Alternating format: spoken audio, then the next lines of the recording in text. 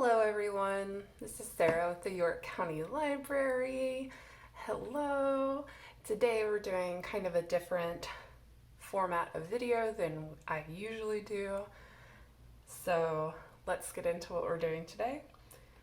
So this is kind of experimental.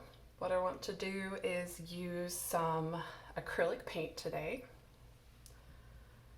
And I have chosen colors that will blend well together. So I have a pink, a baby blue, a lavender, and then a plum color.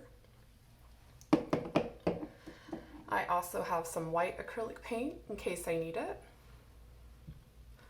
I have a flatboard canvas that you can usually get in packs of 3 or 2 or 5. I have some paintbrushes.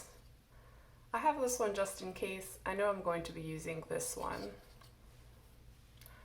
I have a paper towel for my paintbrushes, a little glass of water to clean my brushes, and some painter's tape. So, what we're going to be doing today is making a gradient painting. It's going to be an abstract painting. And so I'm going to be using my painter's tape to block off different sections for the colors that I chose. And then I'm going to lift the tape and then blend them in the middle of the blank strip that the painter's tape leaves. So I'm going to decide how I want it. I know I have 4 colors, so I need at least 3 pieces of tape to create 4 areas of color. I think I'm saying that right. Let's see. And you can do this diagonally, or you can do it straight across, you can do it long ways. It's up to you. You could even do it kind of zigzag if you got creative with your tape. I think I'm going to go just kind of for strips.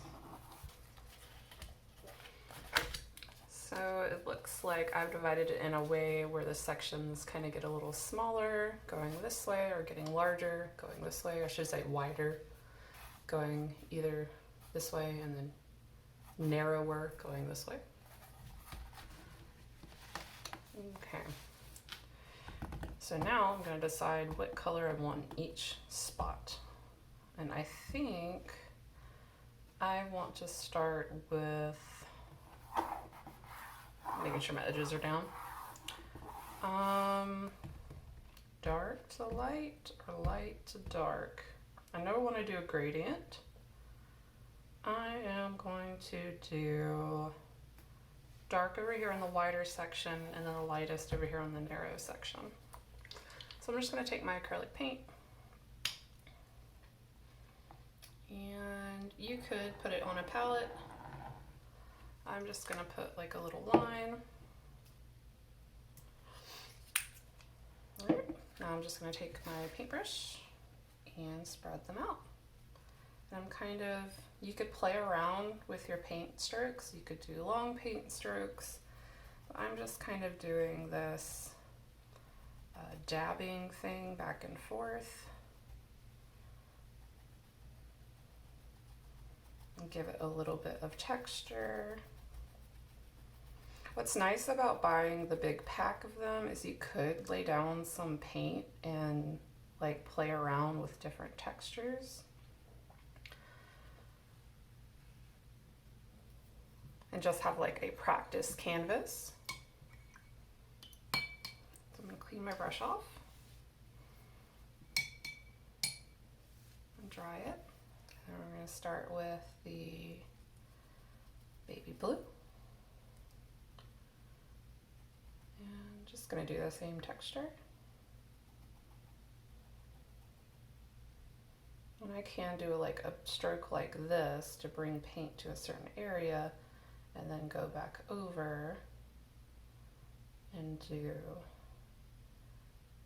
Now we have our plum color, which is dark and a glob, but when we do the texture, we can kind of see it goes a light color in the thinner parts showing through the canvas, and then of course darker where it's thicker.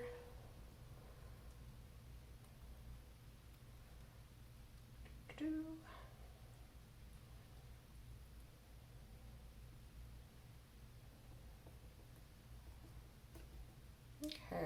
so while this is still wet, I'm going to attempt to pull the painter's tape off. Before I pull the tape, you can see the very thick texture of the paint on there, the light reflecting off of it. That's a very long piece of painter's tape I had. Okay. Ooh. Well, I'm making sure that if I have to put my finger on the canvas, that I make sure it's clean. So I'm just going to hold this up. And also have to be careful because the paint on the painter's tape is still wet. All right, here we go. All right, cool. All right, so the first thing I'm going to do is just make sure that my brush is nice and clean. And I'm going to be using my regular brush here, I think, to bring some of this color to the middle. So I'm just using the top of the bristles. So just the top and kind of going like that. Like a, I don't know, you might call that feathering. I did bring the white just in case I wanted to make the strips in the middle lighter. But I'm just going to take it to about the midpoint before stopping.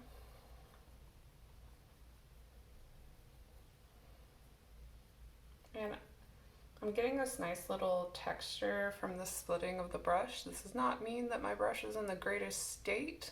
However, this brush will allow me to do some very interesting textures. So I'm going to clean my brush off, dry it, and repeat that with the purple on the other side, towards the middle. And you can decide if you want the two colors to blend. While you're working with one color, I do recommend just leaving a little bit of space between them. So when you work with one color, you can bring it close to the other color and then clean your brush off and then work with the blending. And then that way you don't, if you want to keep the colors separate, except for that middle part, then you don't, you know, work on the middle here, bring it over here, and then possibly bring some of the darker color or the other color into this one. But you may want that.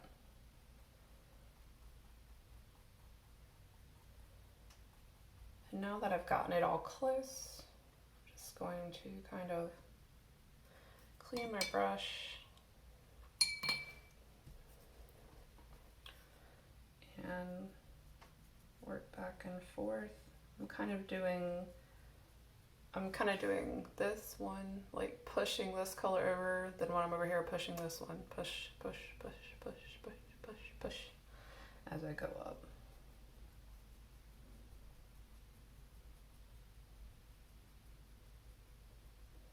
Okay, so that's an interesting little blend there. Kind of looks like a little landscape. So now I'm just going to repeat that. You could smooth out or change your texture while it's still wet. But I'm just going to do the same technique for the other splits in color. So I'm pretty happy with how it looks like right now. I think I am going to kind of play around with using this brush, and I have this texture here and there's this hard line, so I think I'm just gonna like pat it so that the texture goes away a little bit. You can still kind of see it, but it's a little softer And I'm just patting straight down. So just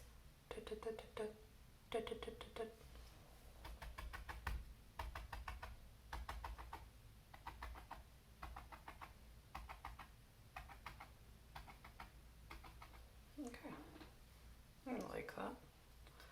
All right, so I'm just gonna go over here and kind of pat off the color. I'm gonna continue that here.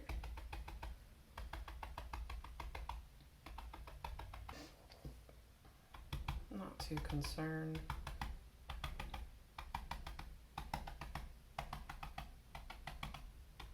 About the bleeding.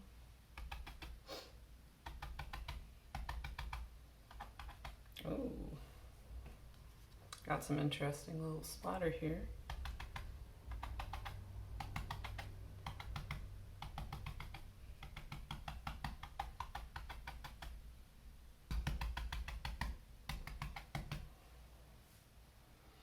Okay. All right, I think I am happy with that the way it is right now. And what's nice is I could let this dry and then go back into it if I wanted to, like put another layer. But I think I'm just gonna leave it as is. So I'll bring it a little closer to the camera, probably insert some shots of it.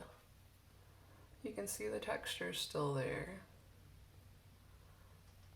So we have these little areas in between. We brought the colors together. Might not be able to see it too well in the video, but now I can figure out, how I want to hang this. Hang it with the light side up, the dark side up, this way, this way. So yeah. So I hope you found the process of this interesting or calming. And I hope that it inspires you to just kind of play around with abstract painting. I'll make sure to put some links in the description if you're interested in other techniques. But until next time, friends, remember to stay safe and stay creative, York County.